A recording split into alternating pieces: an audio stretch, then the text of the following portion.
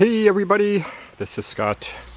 Today is July 15th, 2018, middle of summer, and another update video. This will probably be the last video that shows the platform before it is covered up, because I am just about ready to start laying down mulch and ballast. I've got my edging in place.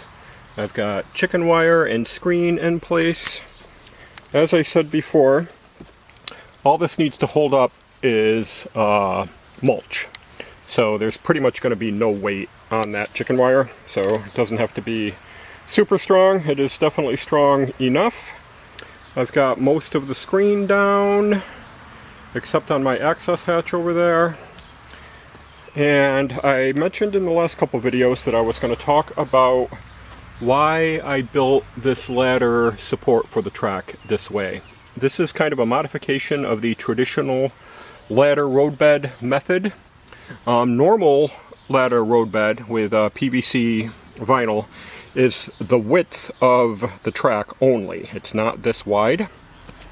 And the normal PVC ladder roadbed is meant to just support the track, and it generally gets buried in the ground and then gets ballasted on top of it.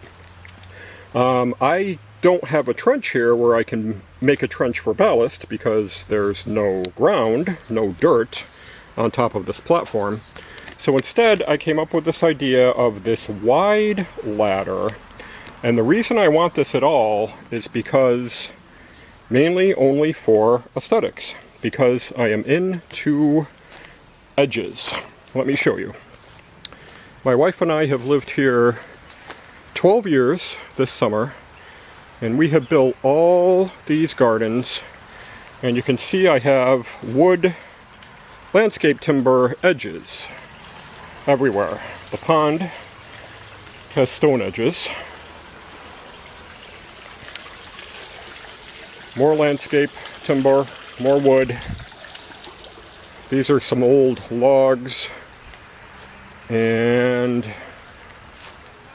more wood edges, more wood edges, more wood edges. We have wood edges just everywhere, and even in the front yard.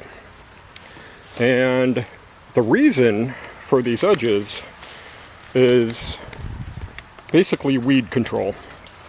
We have a weed mixed in with the grass. It's called Creeping Charlie. I don't know its Latin name. Around here it's called Creeping Charlie. It's very common. This is it right here. And it is everywhere through our yard. There's no way to get rid of it.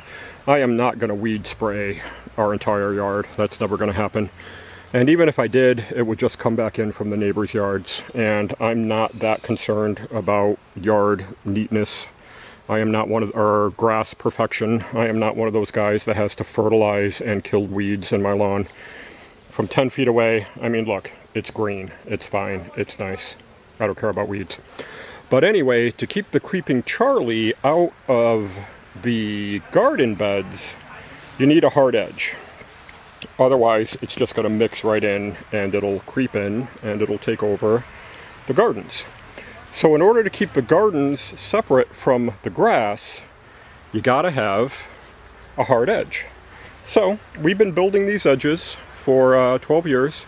I build all the edges. My wife does the gardening. This is her daylily patch, which is looking fabulous in the middle of July. Looks very nice. But this edge idea that we've been doing for years now, I really like the way it looks, and it really solves the problem of keeping weeds out of what we want to be gardens. So I decided to incorporate that idea into the garden railroad, because I've seen photos of garden railroads where the ballast blends into the rest of the landscaping, usually mulch. And after a while, the ballast and the mulch just totally mixes and blends, and I think it looks kind of ugly after a while. looks nice, you know, first day, but after a while it tends to blend together. So I wanted a hard edge to keep my ballast very neatly separated from my mulch. So that is the reason for this funky letter.